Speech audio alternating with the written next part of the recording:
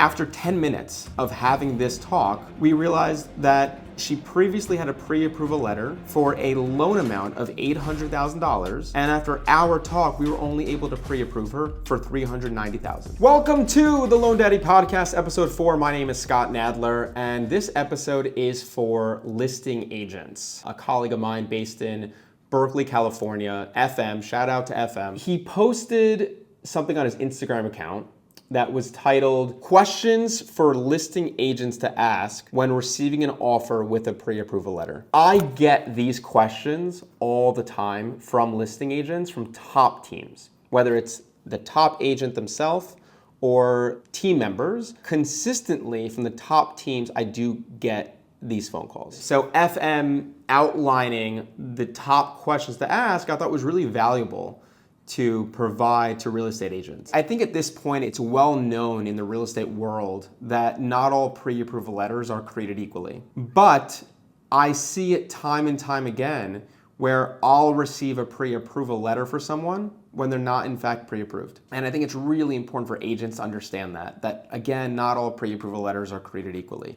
It really depends on the person that is issuing it. We live in a day and age right now where clients can go on a company's website and generate their own pre-approval letters. And it really doesn't mean anything because it's only valuable when a professional who's in the industry can analyze their income, their assets, their credit to give the buyer and the agent confidence in what their true purchasing power is. This happened to me last week, actually. I spoke to a client and first-time home buyer. She was previously pre-approved with a different lender. And then she called me because she was shopping around for rates. So in her mind, this was going to be a 2-minute phone call because she was going to ask us what our interest rate is. I would tell her it would be higher, lower than what she was expecting, and that would be the end of it. But we asked questions. Right? We had a 10-minute conversation asking questions about her income, where she works, how long of an employment history she has,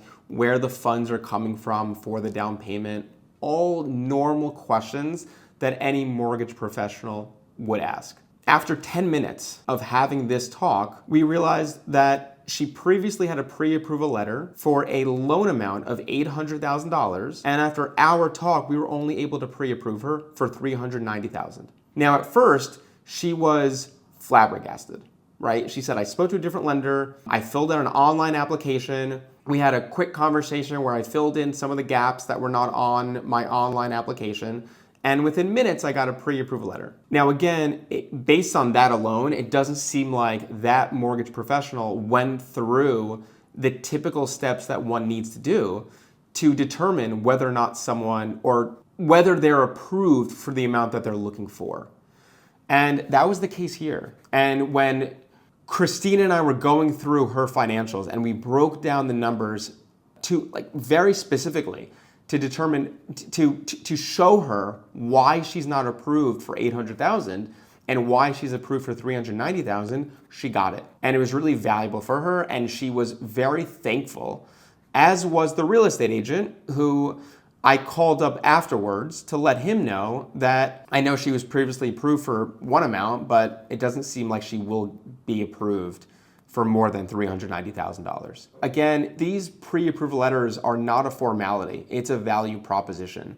And if a client is not willing to take 10 minutes to answer some basic questions, then they might not be ready. They might not be serious about buying a home. If someone's looking for a lender to lend them, it could be $100,000, it could be $5 million. The lender has a right to ask certain questions to determine whether or not they qualify for the amount that they're looking for. So when you're a listing agent and you receive a pre-approval letter, and this is what this post is about here, and I want to go through these questions here. These are great, fantastic questions to ask to ensure that the pre-approval letter that you're receiving is a legitimate letter. Let's start here. The first question is, what type of income does the buyer have? And what they're asking there is this person self-employed? Are they a W-2 employee? Are they 1099? Are they commission income? Giving the agent a sense as far as where the income is coming from and how they're being paid is a great first question. Number two, does the buyer own any other real estate? an obvious question, because if they own other real estate, will they be selling that home? And do they need the proceeds from that sale to buy this new home? Are they not selling? And does that person qualify holding the debt on their current home in addition to the debt that they will be incurring on the new home that they're purchasing? Number 3, which appraisal management company does the lender use? I love this question. This is really fantastic and one that not a lot of agents will ask or even know to ask. And the reason this is important is because an appraisal management company, also known as an AMC, not the movie theaters, a bank or a lender will use an appraisal management company, and they will send out the address of the home that needs to get an appraisal, and they'll receive bids. And usually they'll accept the lowest bid to inspect that property. And the problem here is, let's say like we're in New York City. If someone works with a bank that's not based in New York City, they might use an appraisal management company, outsource that appraisal, and have a company from Buffalo or New Jersey come into Manhattan to inspect that property. That's when problems arise. So ensuring that when you receive that pre-approved letter, that you ask the lender which appraisal management company they're using, and to make sure that the appraisers are local appraisers who know and understand the area that you're selling your home in. Number 4, have 2 years of tax returns been reviewed? This is really primarily for self-employed people. Usually, if someone is not self-employed, tax returns would not be needed. But it's a great question to ask just to make sure that, again, if they are self-employed, that their returns have been looked at. Number 5, have the buyer's funds to close been verified? As a listing agent, you want to make sure that the buyer has enough money for the down payment, closing costs, and the reserves, right? What's left over in the bank after closing.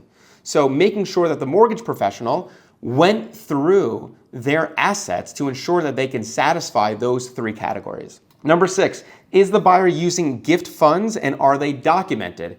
We see this a lot now, specifically with first-time home buyers, where they don't have the funds necessary for that down payment, so they'll get money from family. So making sure that we know where that money is coming from. The money, the gift funds, have to come from a direct family member. You cannot get funds, gift funds, from some random person, from a friend, from your mortgage lender.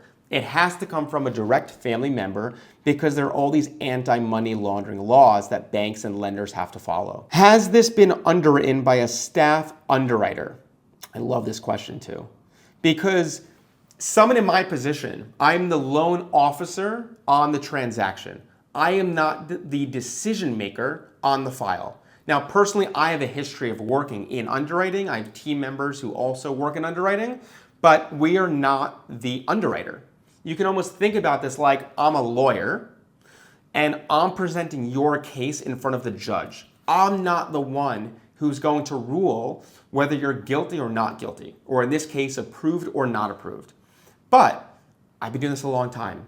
I know how to structure your file so that when we present it in front of that underwriter, we get the verdict that we're looking for. So asking the question is, has this been looked up by an underwriter, is really a deep and really important question. Number 8, can the lender confidently meet the contract timeline? Our industry is filled with timelines.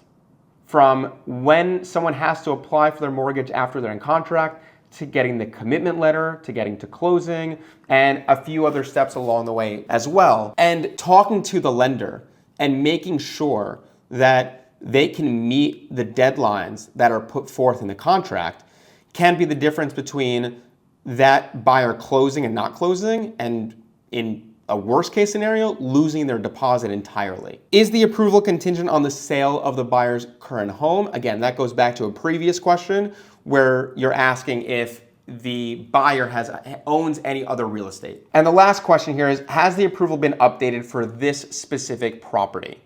So here in New York, we're surrounded by co-ops and condos. In addition to getting the buyer approved for their mortgage, we have to get the building approved also.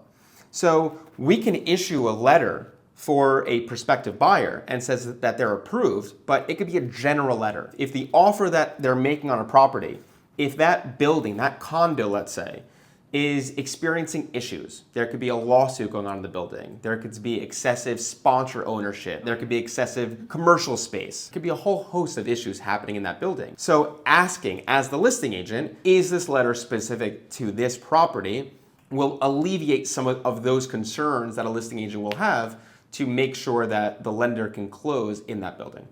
So again, I love these questions. I would encourage agents all over to save these. And when you receive an offer with a pre-approval letter, feel free to ask these questions, okay? And lenders should be ready to answer them if they've done their job correctly. All right, that is all that I have for today. Please subscribe. If there are any other questions in there that you use as an agent that I didn't list here, feel free to write them into the comments that other agents can start using. That's it, and we will see you next week. Thanks, bye.